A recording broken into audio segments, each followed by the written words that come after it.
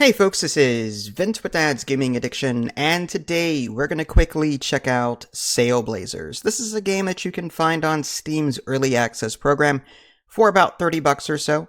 I stress Early Access, that means everything that you're about to see is most definitely subject to change. And I fully intend to come back to this game when it's finished.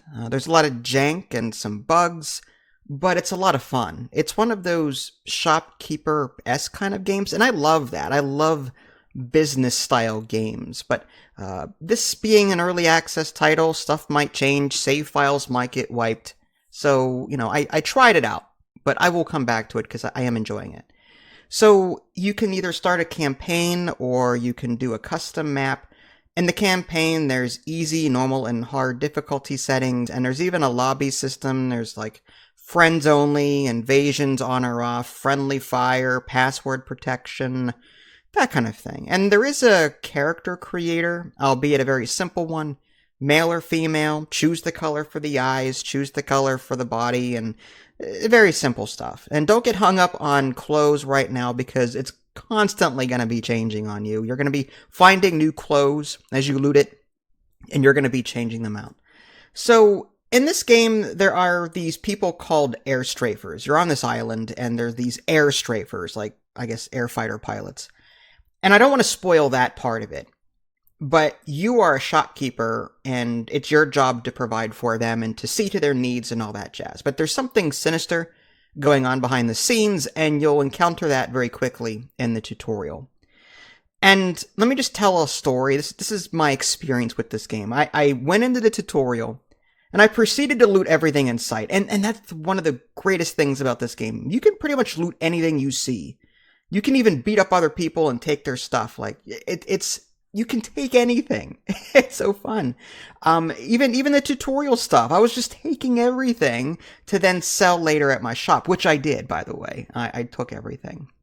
But halfway through the tutorial, there was a nasty bug, and every time I respawned from death, I fell through the sky and the planet or whatever. So again, janky. And then I went to a place called Pop Pop's house once the tutorial was done and the plot was revealed.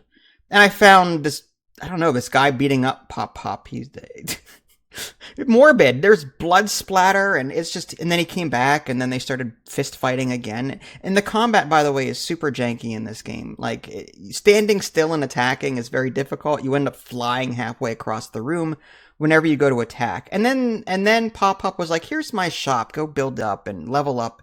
And it's got those like Skyrim like skills where the more you do something, the more skilled at it you get, whether it be chopping down trees or selling things. But then, like, this bandit came and attacked my shop and the customers, and I killed him, and then I got all of his stuff from his loot box. And again, I had all the tutorial items, so eventually I just kind of had to throw everything. It looked like a giant yard sale at one point. I just had tables and couches and whatever else I had from the tutorial just sitting there off to the side of the shop. It was really like redneck, you know what I mean?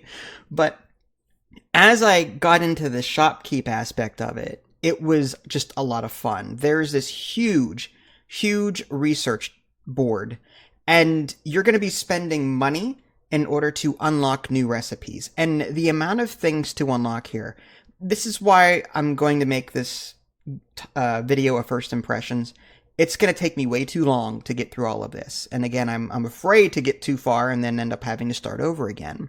But you're going to be using the money you earn to unlock new things, and then you can craft it at crafting tables, and it's really cool. And you can even move things around freely, pick things up, put it down. That's also a little awkward at times. When it comes to the actual shopkeeping side of it, customers will come up to the register with something, they'll talk to you. There's no way to skip the banter, unfortunately. It's like you have to click through it every time. But typically, there's these wooden displays or displays that you've got that you can craft.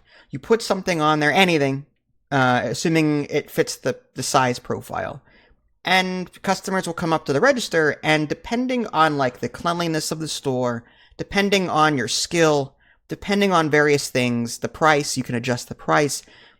That will affect like the final like price and everything else, and the chances that they'll buy it. So keeping the area clean is important. Offering a good price is important. You can close or open the shop anytime you want to. And as you level up, you'll be able to improve Pop Shop. Yeah. And it's just different policies that you can enable that will, I don't know, give you a leg up in the future. So it's between the research table and the policies, there's a lot to unlock. And then when night hits, these crazy people show up. Their eyes are all like glistening. I don't know what's up with them, but I ended up beating them up and taking their stuff too because they deserved it. It was just creepy. It was really creepy. Yeah, so like all in all, I had fun with this. The game is full of jank. It's a janky shopkeeper game with bugs. That's what this game is right now. I do want to keep playing it though.